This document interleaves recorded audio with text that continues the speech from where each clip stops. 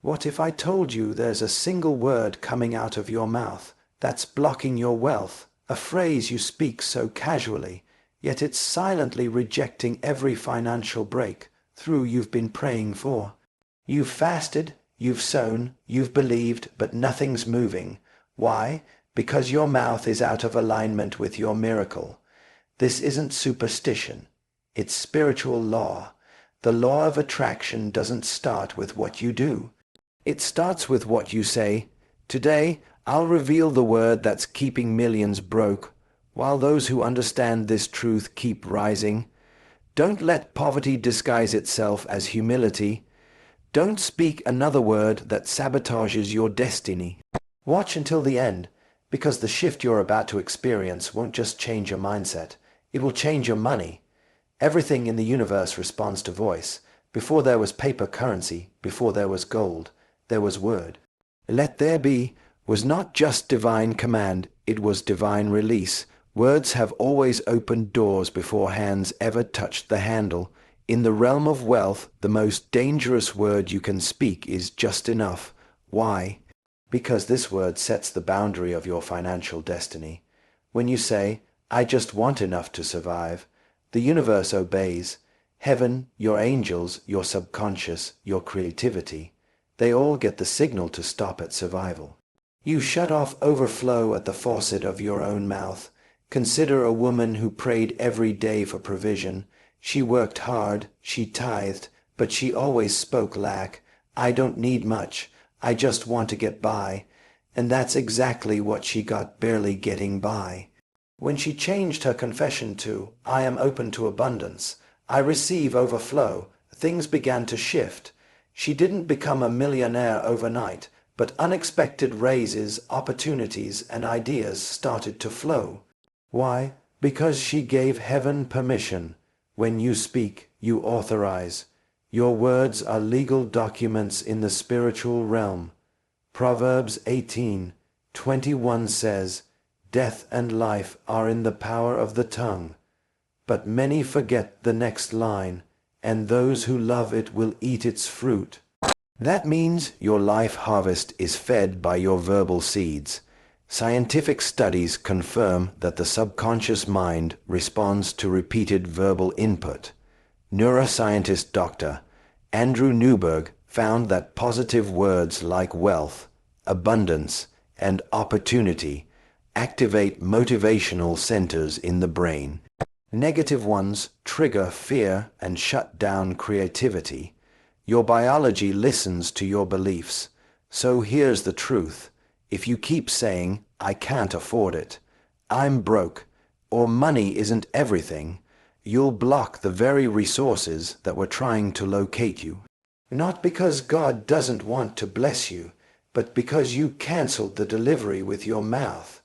This is why wealthy people, regardless of their religion, often understand the law of confession. They speak in alignment with abundance. And it works, because principles are no respecter of persons. Gravity doesn't care if you're righteous or rebellious. If you jump, you fall. And if you speak poverty, you live it. Stop saying just enough. Stop saying barely. Stop saying, I don't want to be rich. Because when you say those words, your future listens and obeys. There's a sentence that sounds holy, humble, and spiritual, but it's quietly bankrupting your destiny. It's the phrase, I'm not after money. That one sentence, spoken with pride, piety, or false humility, has kept more people poor than any economic crisis in history. It sounds virtuous, but it's actually a silent sabotage.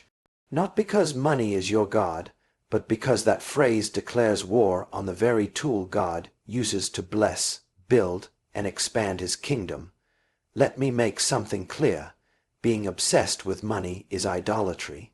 But rejecting money as if it's evil is ignorance, and ignorance is not innocence. It's a partnership with lack. The Bible never said money is evil. It said the love of money is the root of all kinds of evil. Love of money means you trust money more than God, but hating money, or pretending it doesn't matter, won't make you spiritual. It'll make you ineffective. Think of Joseph in Egypt. God gave him wisdom, but Pharaoh gave him gold. Why? Because the one who solves problems attracts provision. If Joseph had said, "I'm not after money," he would have died in prison, not governed in the palace. Every time you say, "I'm not after money," you send a message to your mind. Wealth is not your assignment. You shrink your vision, you settle for less. And here's the tragedy. When provision doesn't come, you say it's God's will, when it was really your words that built the wall. I once met a young man who had a gift for business. He was creative, innovative, and wise beyond his years. But every time money came his way, he felt guilty. He'd say, "I'm not trying to get rich. I just want to help people." Sounds noble, right? But within 5 years, he burned out. Why? Because he didn't build the financial infrastructure to sustain the vision. He helped people, but couldn't pay his own rent. This is not how the kingdom works.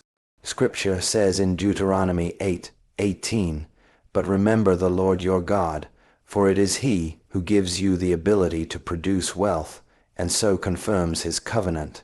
God gives you the power to produce wealth, not to hoard it, but to establish something generational. He empowers wealth because He empowers vision, and vision without provision is frustration. Even Jesus had a treasurer. Let that sink in. The Son of God walked with someone who managed resources. Why? Because the ministry required movement, and movement requires money, not for status, but for strategy. When you say, "I'm not after money," you unknowingly turn off the magnet inside you that attracts solutions, opportunities, and resources. You cancel divine partnerships. You repel favor. You become a contradiction, called to build something great, but refusing to accept the bricks. Imagine telling a farmer, "I'm not after seeds." How will he reap a harvest? Or a soldier, "I'm not after weapons." How will he win the war? In the same way, when you reject wealth, you weaken your ability to steward what God gave you.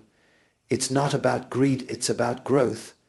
It's not about showing off, it's about showing up for your assignment fully equipped. Money, in the hands of a righteous person, becomes medicine for the sick, education for the poor, homes for the homeless, and hope for generations. So change your language. Instead of saying, "I'm not after money," say, "I'm after purpose, and money is a tool to fulfill it." I receive the resources needed for my assignment. I'm open to wealth that aligns with my calling. I am blessed to be a blessing. This shift in words is not superstition. It's stewardship.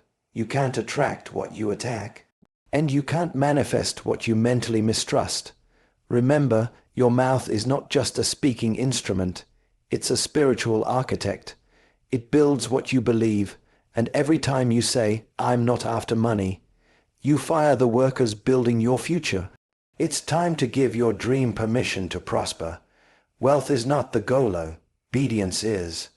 But when obedience leads to vision, and vision leads to value, wealth will follow. Speak like someone who believes their assignment matters enough to be funded. Because it does. If you want to see the direction of a person's finances, don't look at their bank account. Listen to their vocabulary, because long before money ever moves, words move, and one of the most destructive phrases ever spoken over wealth potential is this: "I can't afford it." It sounds like an honest assessment, a practical response, a responsible reply, but it is more than that. It is a self-imposed limit. It is a declaration of finality, and worse, it is a lie. Why? Because "I can't afford it" is not just about your current balance, it's about your future mindset. It doesn't describe your moment, it defines your capacity. You are telling your mind that something is beyond you permanently, not temporarily. Your brain is a servant to your words.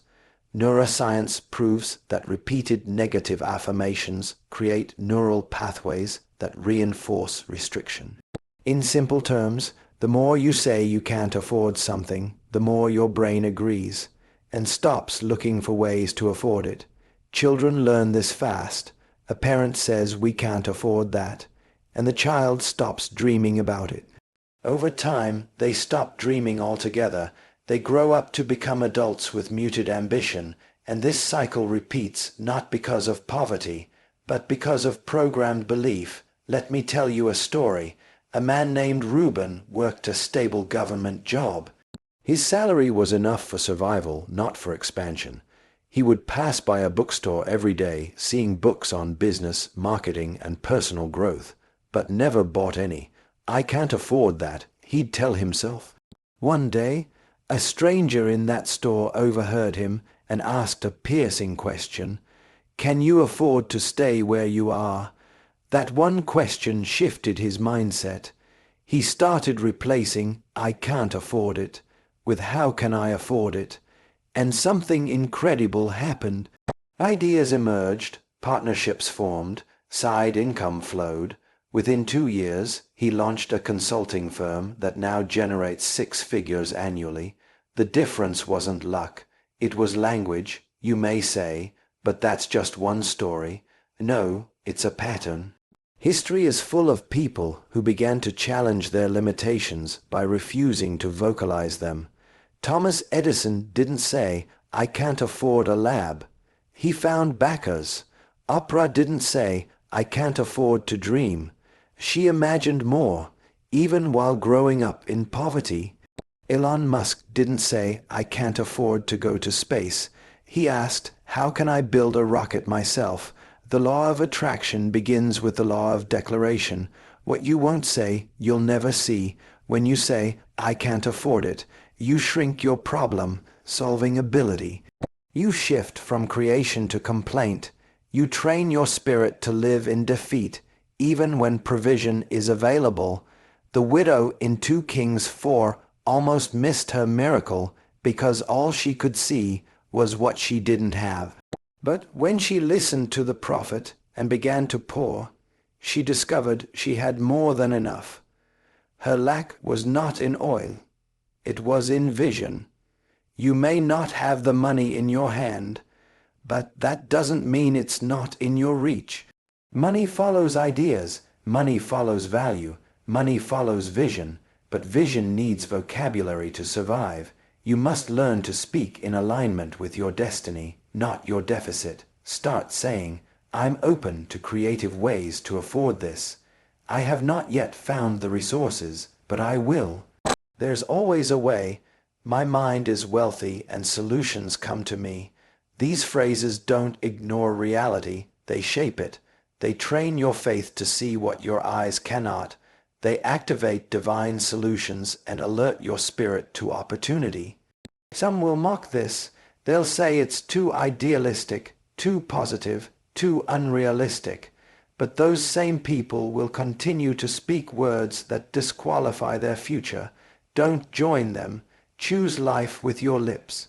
Remember, money listens to how you talk about it. It either feels welcome or repelled. So when you say, "I can't afford it," you're not reporting a fact. You're issuing a command. You're telling your future, "Stay out. You're not allowed here." Break that agreement today. Choose to speak wealth-building words even in the presence of lack, because your mouth builds before your hands ever can. You've heard it 1,000 times. Money isn't everything. It sounds wise. It sounds balanced. It even sounds spiritual, but make no mistake, this phrase is one of the most sabotaging, limiting, and damaging beliefs a person can carry when it comes to wealth and divine purpose. Of course, money isn't everything, but neither is air, and yet you can't live without it. Let's examine the deeper problem. When most people say money isn't everything, they're not making a philosophical observation. They're making an excuse. They're using that phrase to justify why they're not thriving, why they've given up on a bigger vision, or why they've demonized those who have succeeded. It becomes a comfortable coffin for their potential. This phrase doesn't come from abundance. It comes from a hidden fear of responsibility, because the truth is, once you acknowledge the power of money, you become accountable to manage it, multiply it, and use it for purpose. And that's exactly what many are trying to avoid. There's a man I met in Lagos, Nigeria, who grew up in a small village where everyone said, "Money isn't everything." His father repeated it like scripture. His teachers reinforced it. By age 22, this man was brilliant, educated, and full of talent, but broke. Why? Because even though he had opportunity knocking, he felt guilt every time he prospered. That one phrase trained his soul to mistrust increase. But something changed when he read the parable of the talents in Matthew 25. He saw that the servant who buried his money wasn't praised for being modest. He was rebuked for being lazy and afraid. He realized then, God doesn't bless excuses. He blesses stewardship.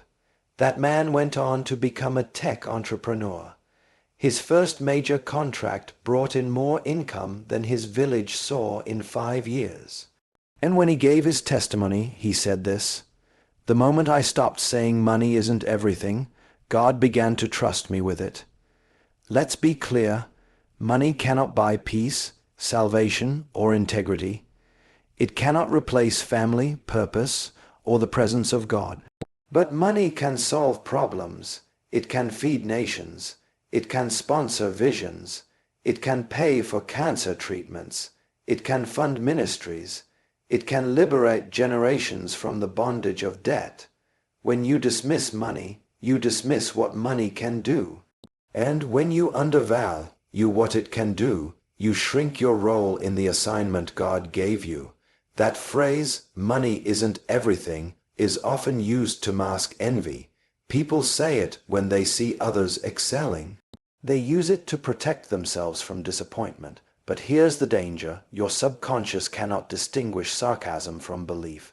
Every time you say money isn't everything, your mind hears money is unimportant. And it begins to deactivate your drive, dull your creativity, and weaken your expectations. Let's bring this closer to home. Have you ever skipped investing in a skill, a program, or a new opportunity, and said, "Well, money isn't everything"? Have you avoided setting financial goals and comforted yourself by saying, "Money's not that important anyway"? Have you watched someone rise in influence and told yourself, "I don't need all that money to be happy"? All these are symptoms of a deep inner agreement with limitation. You were not created for lack. You were created to reflect dominion, and dominion includes the ability to manage resources, because money is a tool in the hands of those on divine assignment. Even Jesus taught more parables about money than about heaven and hell combined, not because he worshipped money, but because he understood that financial literacy is foundational to spiritual stewardship. So let's flip the phrase. Instead of saying money isn't everything, start saying money is not everything, but it is something, and I honor its place. Money is a servant, not a master, but I must train it to serve well. Wealth is a tool to fulfill purpose, not to replace it. I'm worthy of managing more because I've been faithful with little. Speak like someone who expects increase, not as a god, but as a gift. Because when you speak that way, you signal to heaven that you're ready to handle more. Never forget, downplaying money doesn't make you holy. It makes you helpless. Stop speaking small, stop thinking small, and stop apologizing for the provision you were designed to carry. If you're serious about unlocking kingdom wealth, hit like, smash that subscribe, and let's break every financial ceiling, starting now. There's a phrase that sounds holy, it sounds peaceful, it even sounds content, but it's secretly dangerous. That phrase is, "I don't need much." On the surface, it appears harmless, even wise. You may hear people say, "I'm simple, I don't need a lot." Or, "As long as I have food and shelter, I'm good." But underneath these soft words often lies something far more destructive: false humility, low expectation, and a fear of abundance. Now let me be clear. Contentment is godly. But there's a massive difference between being content and settling for less than you were called to manage. The problem isn't modesty. The problem is the mindset that says God only wants you to have the bare minimum. That thinking doesn't come from the Spirit of God. It comes from years of conditioning, guilt, and spiritual misinterpretation. Let me explain with a real-life example. There was a man named Daniel who ran a non-profit in a small town. His heart was pure. He fed the homeless, mentored teens, and did incredible work. But every time someone asked him what he needed, he would say, "Oh, I don't need much, just enough to get by." Over time, his impact began to shrink. He had no funds for expansion, no margin for innovation, and no reserves when emergencies came. And then one day, he realized something. He wasn't just limiting his income. He was limiting his impact. Every time he said, "I don't need much," he was unknowingly telling heaven, "Don't trust me with more." His words blocked the very supply God wanted to send. That day he repented, not for sin, but for small thinking. Within 6 months, Daniel changed his language. Instead of saying, "I don't need much," he began saying, "I'm open to overflow for the sake of purpose." He wrote a clear vision. He spoke expansion. He embraced the idea that more wasn't evil. It was necessary. And within 2 years, his nonprofit grew beyond his city. He now oversees multiple centers across the region, impacting thousands. The shift didn't start with money, it started with a mouth. You see, when you speak small, you live small. You become a container that cannot hold more than your confession allows. God will not violate the boundaries of your own permission. And here's the biblical pattern. Whenever God called someone to do something great, he provided not just enough, but more than enough. He didn't give Abraham just a son. He made him a father of nations. He didn't feed the Israelites just enough manna. He gave them daily overflow. He didn't give Solomon just wisdom. He made him the wealthiest king in history. Why? Because greatness requires resources. Vision requires provision. Influence requires investment.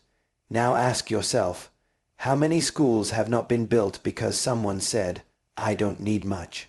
How many books weren't published, organizations weren't launched, or inventions weren't funded, all because someone didn't see themselves as worthy of more? Your assignment deserves more than just enough. You are not called to survive. You are called to multiply, and multiplication doesn't happen with crumbs. It happens with capacity, and capacity begins with confession. "I don't need much" is not humility. It's a form of hidden fear. Fear of being judged, fear of success, fear of responsibility. But the Bible says God has not given us a spirit of fear, but of power, love, and a sound mind. 2 Timothy 1:7. So let's shift your language. Replace "I don't need much" with "I receive what I need, and more than enough to serve others. I am a channel of blessing. Overflow flows through me. I'm ready to manage abundance with excellence and purpose." Speak that out loud. Every day, train your spirit to expect plenty, not to hoard, not for pride, but for purpose. Because every time you say, "I don't need much," you limit what God can do through you, not just for you. You weren't created to live on leftovers. You were created to distribute heaven's bakery. But heaven won't send full loaves to someone who insists they're only worth crumbs. Open your mouth to more. Speak like someone who's ready. Walk like someone who's prepared. Think like someone who trusts the God of abundance, not just for yourself, but for the people waiting on the other side of your obedience. There is a phrase that rolls off the tongue so easily.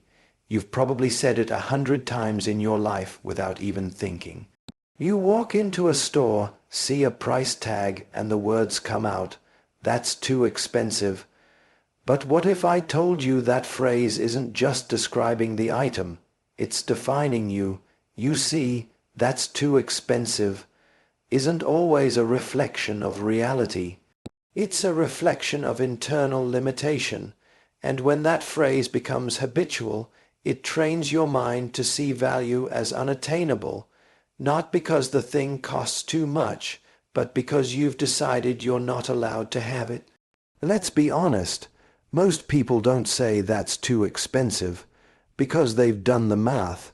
They say it because their self-worth has been conditioned by a lifetime of lack. Here's what makes this phrase so dangerous. It shuts down creativity. It closes the door on financial possibility. It ends the conversation before solutions even have a chance to speak. When you say, that's too expensive, your brain doesn't ask, how can I afford it? Your brain accepts defeat. It retreats, and over time, it rewires itself to stay small. Let me give you a true